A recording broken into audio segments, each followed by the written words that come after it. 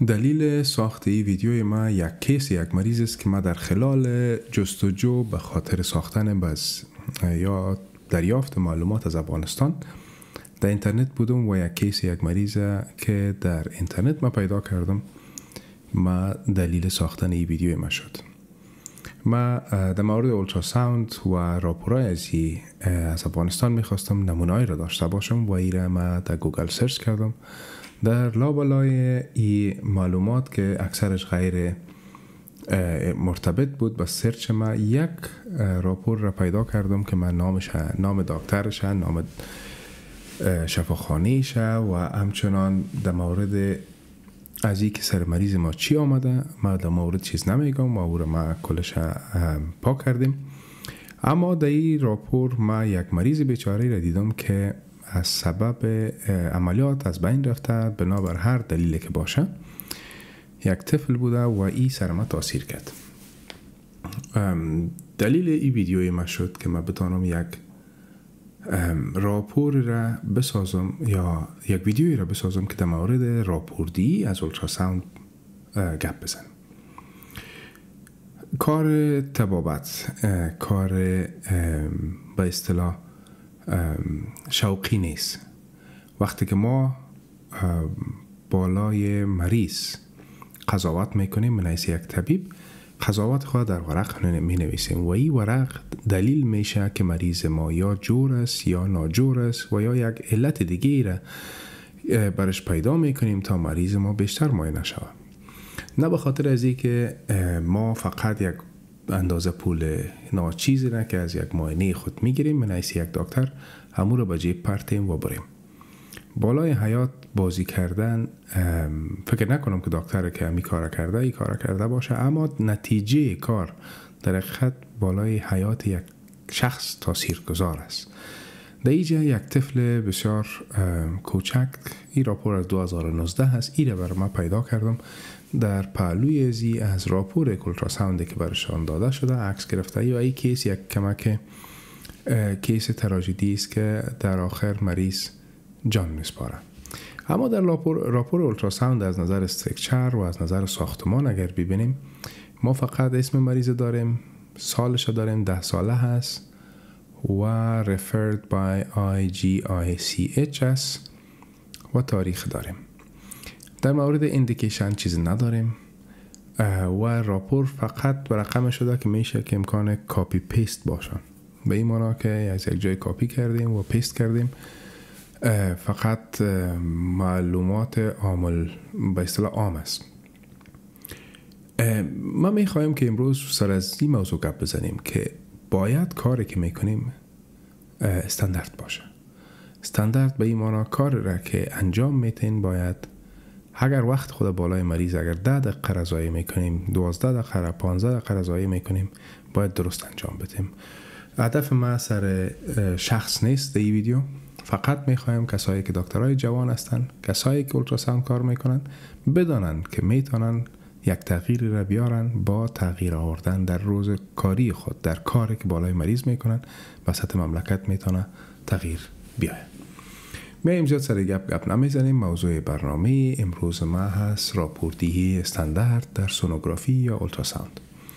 به تعقیب ویدیوهای دیگه اولتراساوند ما شما که درخواست کرده بودیم که من معلومات دیگه و بیشتر را در این مورد تهیه کنم، این هم یکی از سلسله از او است. به خاطر راپوردهی استاندارد ما باید در وقتی که معاینه میکنیم با تعقیب معاینه بطنی، ما در اینجا یک نمونه بطنی را میگم، باید ما تمام معلومات لازم از مریض داشته باشیم. مثلا اسمش، اگر تاریخ تولدش است، تذکرهش، سن مریض، تاریخ معاینه، دکتری که مراجعه میکنه مریض مرجع کرده، یعنی دکتر مرجعش که کی خواسته که این معاینه بالایش اجرا شود و استدباب معاینه برای ما مهم است که باید گفته شود در راپور که مریض درد داره، مریض پوندیدگی داره، مریض مثلا مشکل در هضم داره، مثلا درد در کجا موقعیت داره، در چی وقت زیاد میشه کم میشه. این تمام معلومات است که باید ما توسط دکتر که راجع میکنه مسئولیت خود باید بپذیره و ایره نوشته کنه در نسخه که روان میکنه برای ما و ما ایره هم باید در راپور خود جاگزین کنیم.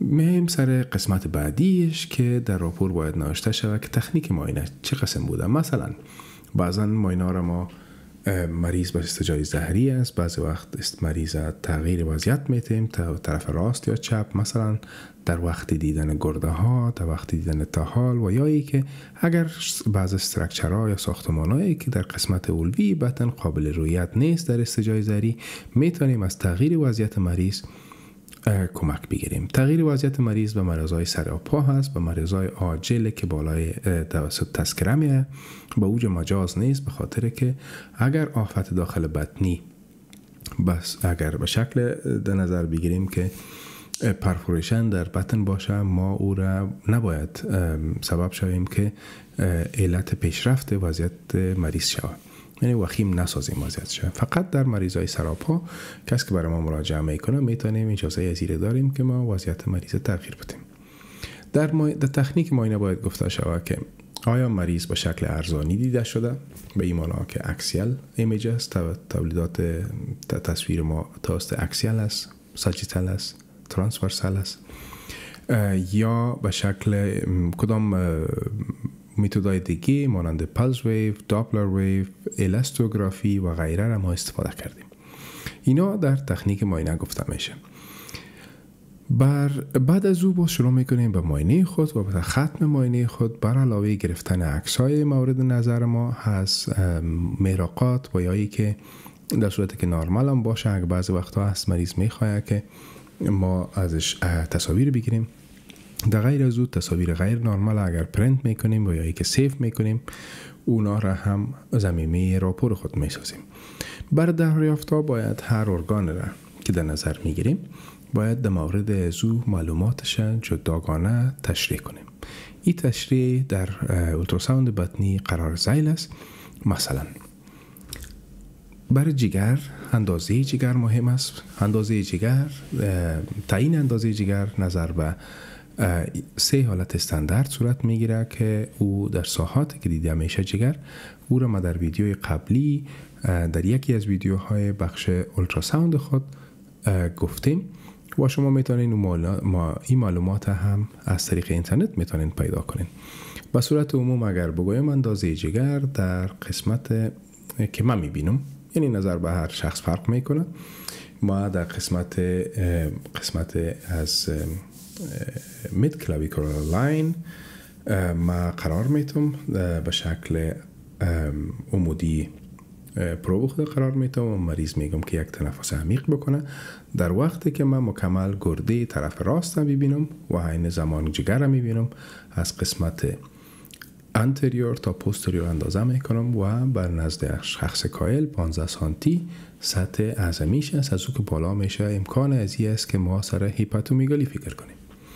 همچنان لوبای مختلف جگر، مثلا لوب 1 در صورتی که جگر معوف باشه او هم بزرگ میشه که هایپرتروفی میته که او را هم اگر ما ببینیم میتونیم بگنجانیم. به صورت عموم در اینجا دریافت ما از اندازش، از شکل جگر که این شکل نرمال خود داره. بعضی حالات هستند که یک مشکل کرونیک می باشه و جگر به اساس از او تغییر شکل میکنه، کشش پیدا میکنه یا ترکشن ها در سطح سطحی جگر به وجود میاد که اونا سوی شکلایش است و اونا را هم باید ما راپور بدیم.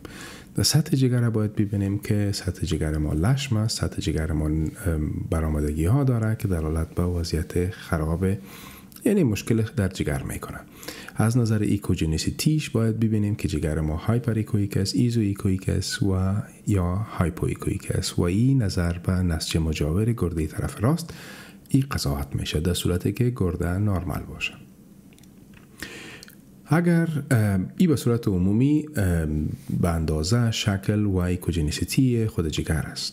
با تعقیب از او در هر لوب جگر به قسمت‌های مختلف تقسیم شده، لوب راست، لوب چپ و همچنان سگمنت‌های مختلف داره که 4 سگمنت مربوط به طرف چپ میشه و 4 سگمنت به طرف راست. سگمنت چهارم هم بالایی داره و هم پایانی و در نتیجه ما 9 سگمنت داریم که در قسمت لوب راست و لوب چپ و 1 سگمنت که برای ما مهم است، سگمنت اول است که اگر او را ما ببینیم در نتیجه دیدن از او و اندازه از او برای ما وضعیت عمومی جگر را به اصطلاح پیدا کردن میتونیم. به خاطر که لوب 1 عبارت از یک لوب کوادرات است و لوب کوادرات یکی از ویژگی‌هایش است که از خود اروای خاص خود داره. این در مورد کتلات اگر ما ببینیم باید پیدا کنیم که کتلات در کجا قرار داره. نظر به سگمنت باید اندازه، شکل، موقعیت خود کتله دیده شود. همچنان باید ببینیم دست نظر داپلر که چقدر کتله اروا داره یا نداره. در قدم آخر اروای خود جگر مهم است که شریان هپاتیک، وریدای جگر یا هپاتیک وینز که منجر میشه آخر که خون برسانه به کاوا اینفریور و ورید پورتا، اینا را ما قابل رویت کنیم در تصویر و در صورتی که اگر قابلیت اندازه‌گیری جریان هم او داشته باشیم او را اندازه‌گیری کنیم که اوج سرعت خون برای ما نشان میده و حرکت خون، سیر حرکتش که به کدام طرف است، به طرف پروب است و یا که دور از پروب است که تماما نشان دهنده فشار نرمال، فشار پایان یا هیچ حرکت در خون در سیستم پورتا باشه او را برای ما نشان میده. به خاطر دیدن موضوع سرعت و یا حرکت و یا سیر مایع در خون، ویدیوی قبلی ما در مورد اساسات اولتراساوند است، در او هم میره تشریح کردیم. میتونین در مورد داپلر و خصوصیات داپلری به او ویدیو مراجعه کنین که در اوجه ببینین. قسمت بعدی ما موضوع کیسه صفرا هست که در جگر، در نزدیک جگر قرار داره. کیسه صفرا را باید شکلش، اندازهش، جدارش باید اندازه گیری شود. جدار کیسه صفرای نرمال 3 میلیمتر است و یا پایین‌تر. از او با بالا دلالت به مشکل در کیسه صفرا میکنه که میتونه مشکل حاد، میتونه مشکل کرونیک باشه. کتلات در سطح خود کیسه صفرا رو باید در نظر بگیریم. کتلات میتونه پولیپ باشه، میتونه انجیومایولالیپوم باشه، میتونه کتلات پولیپای سلیم و یا ای که متحول میتونه باشه. سنگ، موجودیت سلج یا ای که ریگ در کیسه صفرا را باید در نظر داشته باشیم. همچنان از تغییر وضعیت مریض به خاطر فرق بین پولیپا و سنگ ها استفاده کرده میتونیم. موجودیت مایع در اطراف خود کیسه صفرا دلالت به یک ایفیوژن میکنه که نتیجه التهاب است. در صورت اعراض کلینیکی التهاب حاد میتونه موجود باشه. قسمت دیگه یا عضو دیگه داخل بدنی ما تهال است که در قسمت چپ قرار داره. دیدن تهال اکثرا در فواصل بین الضلعی قابلیت رویت داره.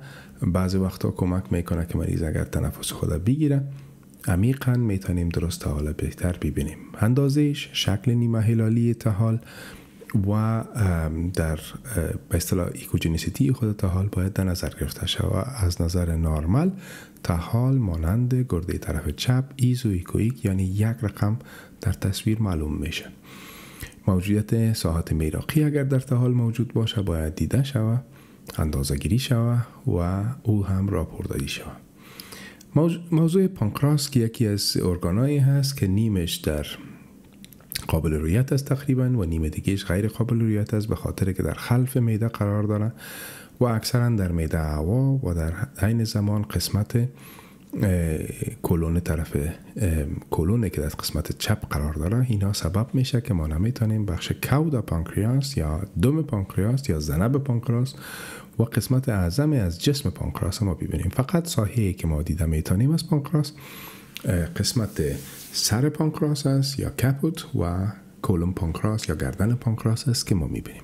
در اوجه اگر میراقات موضعی موجود باشه و اگر یک اکتازی داکت یعنی پانکریاتیک داکت اکتازیا موجود باشه باید او رو راپور بدیم.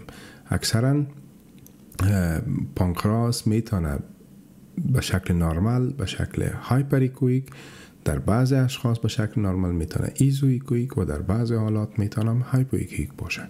ایکوجنیسیتی پانکراس اگر موجود بود برای ما دیده شد، مثلا بتانیم تصمیم بگیریم در موردش که خوب است اما آنقدر مهم نیست. فقط کتلات مهم است و اندازه سایز دکت پانکراس که اگر 3 میلیمتر زیادتر بود باید مورد توجه قرار بگیره.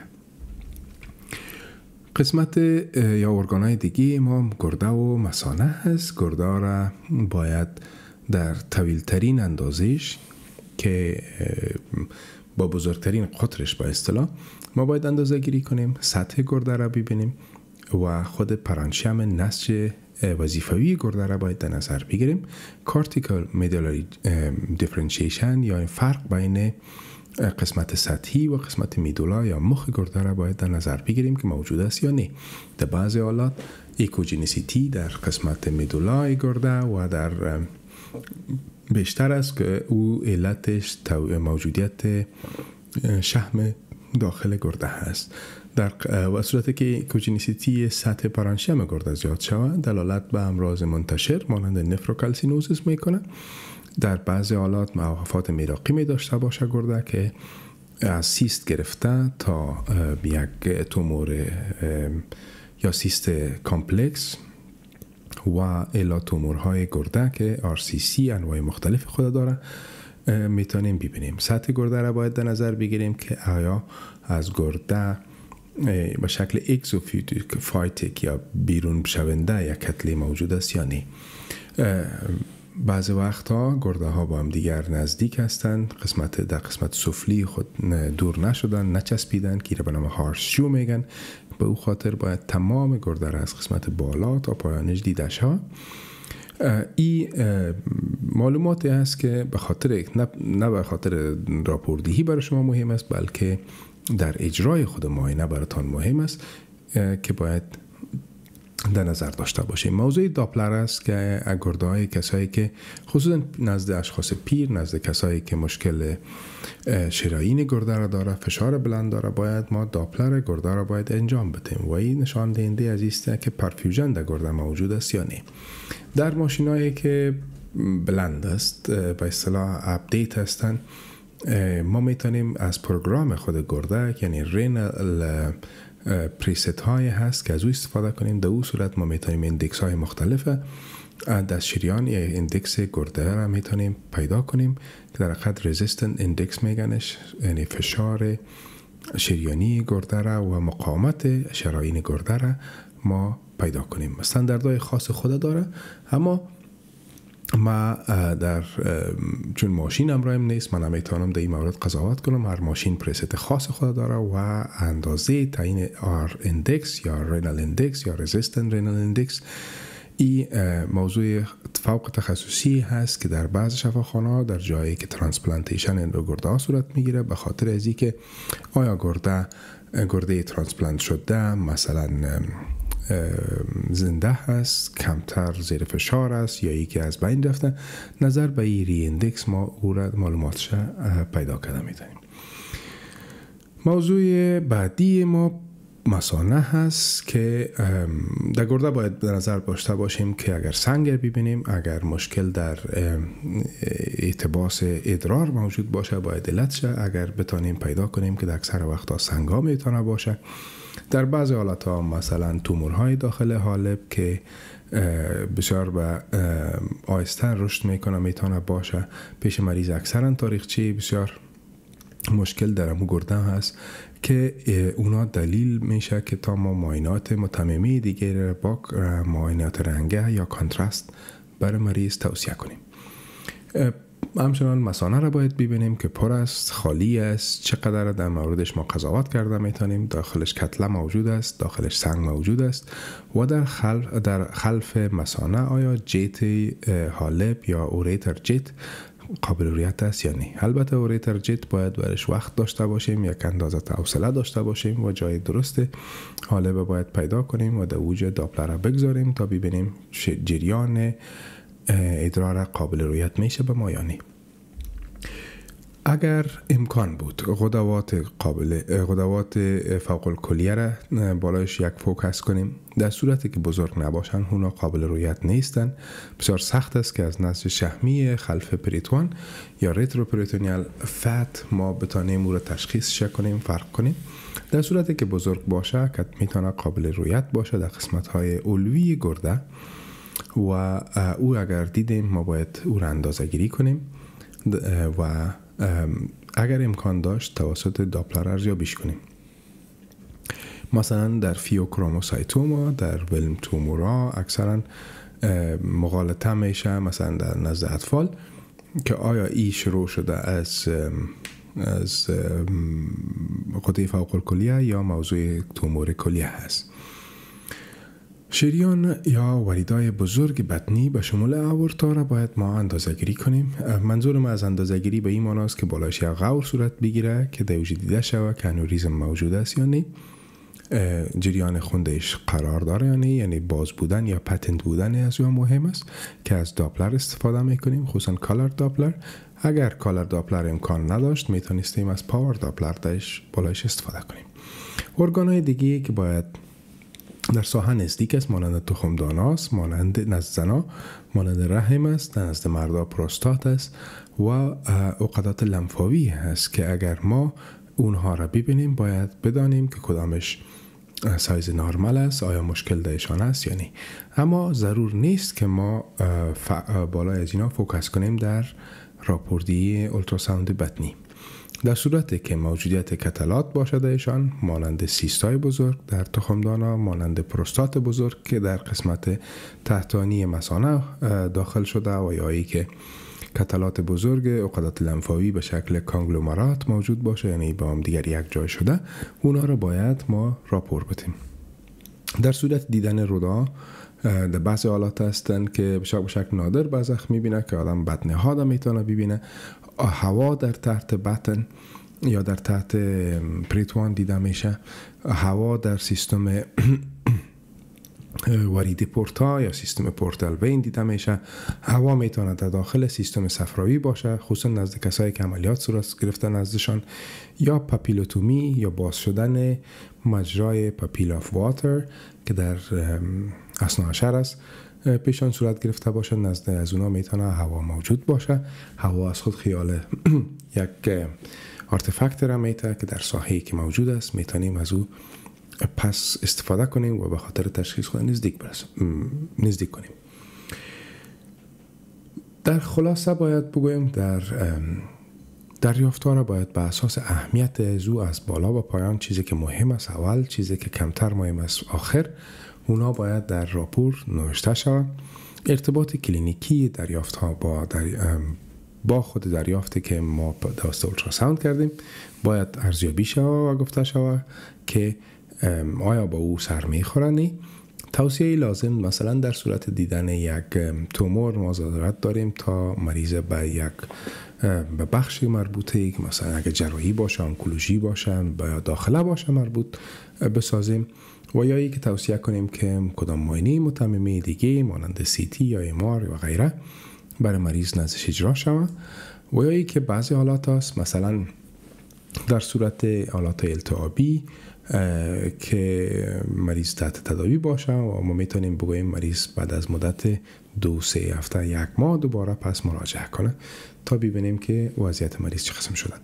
در آخر باید اسم خود و اسباب ارتباطی که ذکر کردیم، منظورم از شماره تلفن و کسی که این اجرا کرده نامش با شماره تلفن و ارتباط با او باید در راپور موجود باشه، به خاطر از اینکه بعضا دکتر جراح میخواد مستقیما از کسی که کسی که معاینه را اجرا کرده از او بپرسه که چی میبینه، نظر از او چی است، که این در بعض وقت گرفتن نظر از شکل مستقیم و زبانی یا از تلفن خیلی کمک کننده برای تداوی یا در پیشبرد تداوی مریض هست.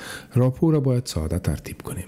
راپور رقم ترتیب کنیم که از کلمات medical terms یا کلمات اصطلاحات طبی در او باید حداقل استفاده کنیم. ضرورت نیست که ما در راپور با شکل نوشته کنیم که ما با اصطلاح میفهمیم و کلمات به این شکل لاتین استفاده کنیم. بهترین راپوردهی، ساده ترین راپوردهی است که از زبان ساده در او استفاده شده. امیدوار هستم که در این لکچر برای شما ما بر علاوه راپوردهی را موضوعاتی که در معاینه اولتراساوند بطنی است و طریقهایش که بود یک اندازه براتون روشنی داده باشم. امیدوار هستم که تغییر بتانیم بیاریم در سیستم صحی افغانستان، در جایی که امکان پیش ما موجود است. یک چیزی برای شما، برای افغانستان، این اگر ما بکنم، خودت بکنی، تمام دکترای جوان بکنم، میشه که تغییر بیاره. در آخر کسایی که ویدیو را میبینه و برایشان مفید است میتونه با دوستای خودی را بفرسته و کانال افغان لکچر را لایک کنین، سابسکرایب کنین و عضو شوین.